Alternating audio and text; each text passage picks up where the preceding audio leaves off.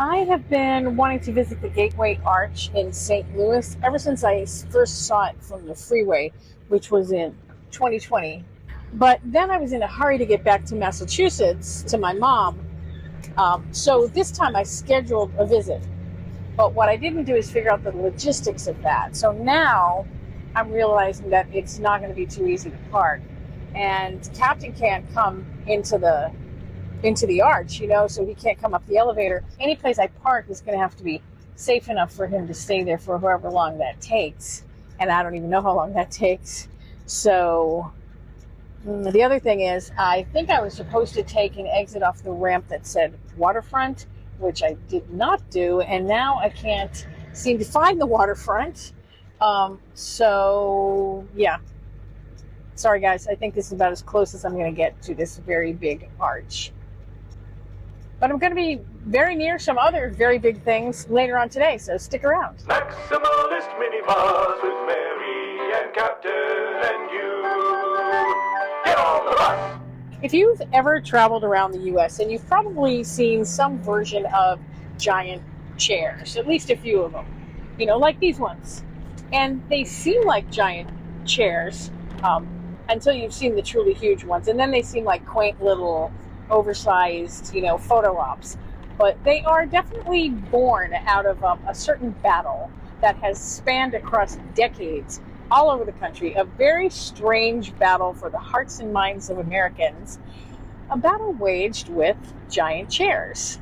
It started all the way back at about the turn of the 20th century when, right in my home state of Massachusetts, a 12-foot mission chair was erected in Gardner, Massachusetts. Gardner is the home of Hayward Wakefield, which is a famous furniture manufacturer, especially chairs, and a couple of other highly respected chair companies. So it makes sense, it makes as much sense as a giant chair really would ever make.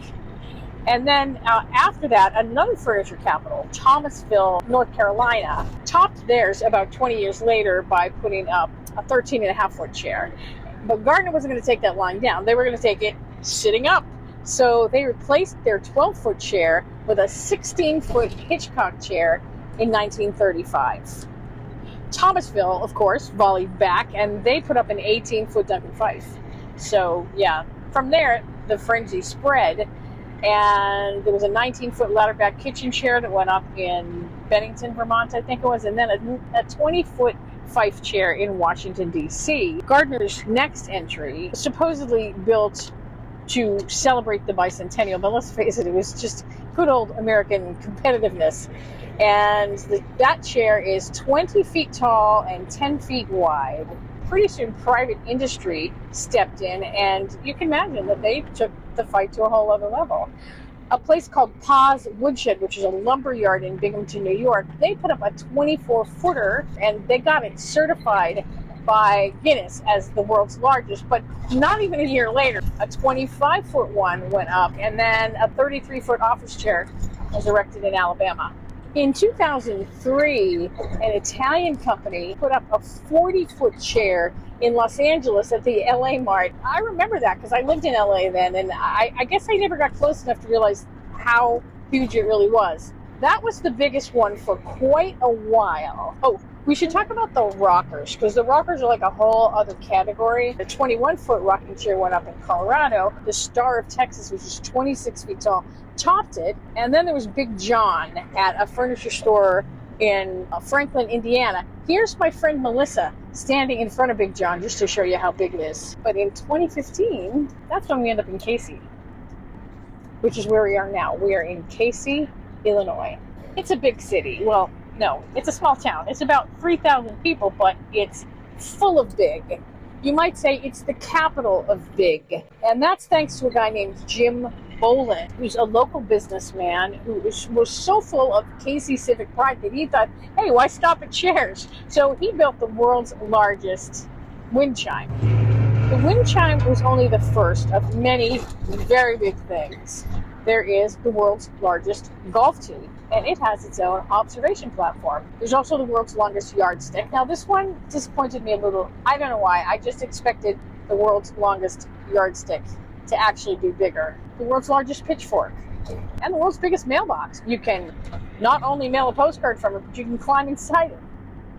The world's largest barber pole. And then there's the world's largest truck key. The giant truck key really takes you by surprise. It's on a side street, and it's very impressive.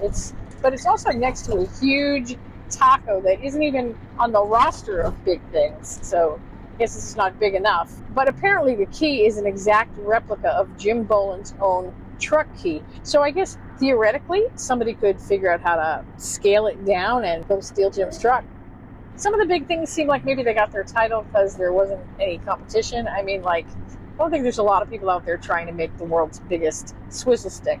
There are other things in town that are big. They're not record-breaking, but they're just big, like the mousetrap, the piggy bank in front of the butcher shop, and there are these giant antlers. Now, those are very, very big, but they were donated.